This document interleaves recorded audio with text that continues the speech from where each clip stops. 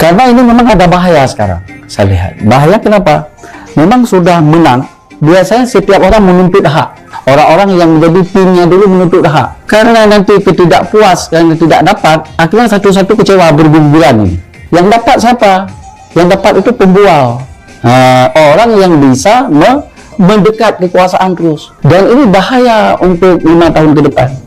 Jadi Muallim Dekat ini harus menjadi pemimpin yang solid, dan dia tidak hanya tak gedung haba pembualnya.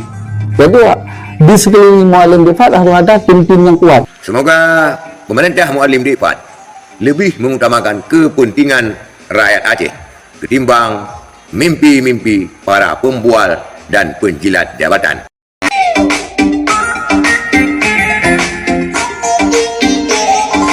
Assalamualaikum warahmatullahi wabarakatuh. Suradun fi ayyi makan. Semoga sehat-sehat dan baik-baik saja.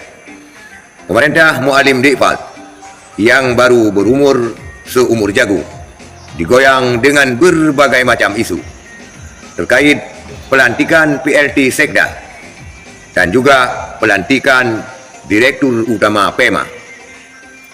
Semoga pemerintah Muallim Dekat dapat mendengarkan apa yang disampaikan oleh Dr. Adli Abdullah, di mana pernyataan Dr. Adli Abdullah ini dimuat dalam channel YouTube Sago TV dengan judul Pengelolaan Migas dan Kerja Santai BPMA. Di sana Dr. Adli Abdullah mengatakan bahwa agar Gubernur Muallim tidak mendengarkan para pembual-pembual dan mengutamakan kepentingan rakyat. Apabila mengutamakan para pembual ini, katanya, akan membahayakan pemerintah Aceh ke depan. Sebelum kita ekspos selanjutnya, kita lihat pernyataan Dr. Adli Abdullah melalui sumber Sago TV. Inilah videonya. Karena ini memang ada bahaya sekarang. Saya lihat bahaya kenapa?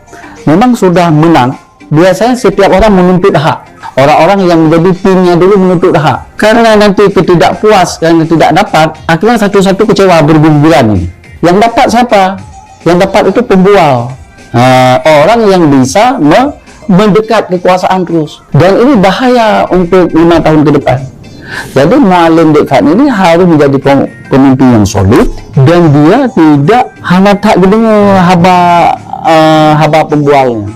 Jadi di sekeliling Muallim Dekat harus ada tim-tim yang kuat. Saya pengalaman saya di misalnya saya menjadi staf sus menteri, tim menteri, kan?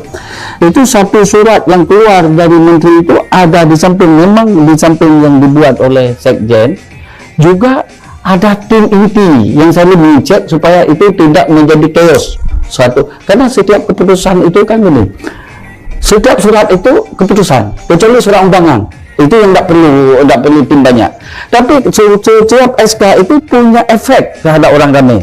Yang efek panjang ini ada tim yang membacanya ini, sehingga walaupun secara hukum legal, tapi secara sosiopolitik menjadi chaos di lapangan. Dan itu jangan sampai berulang seperti beberapa kasus yang terjadi selama ini, dan itu tidak baik untuk Aceh ke depan. Itulah sebuah masukan yang cukup baik dari Dr. Adli Abdullah.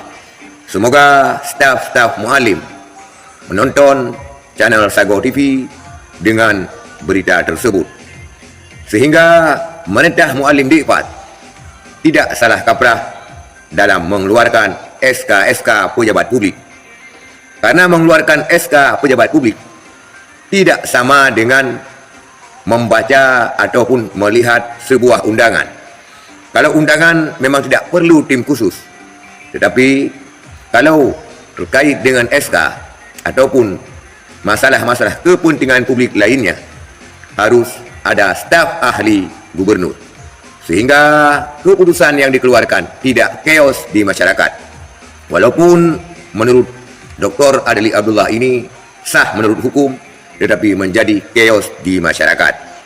Semoga pemerintah Muallim Dekat lebih mengutamakan kepentingan rakyat Aceh ketimbang mimpi-mimpi para pembual dan penjilat jabatan.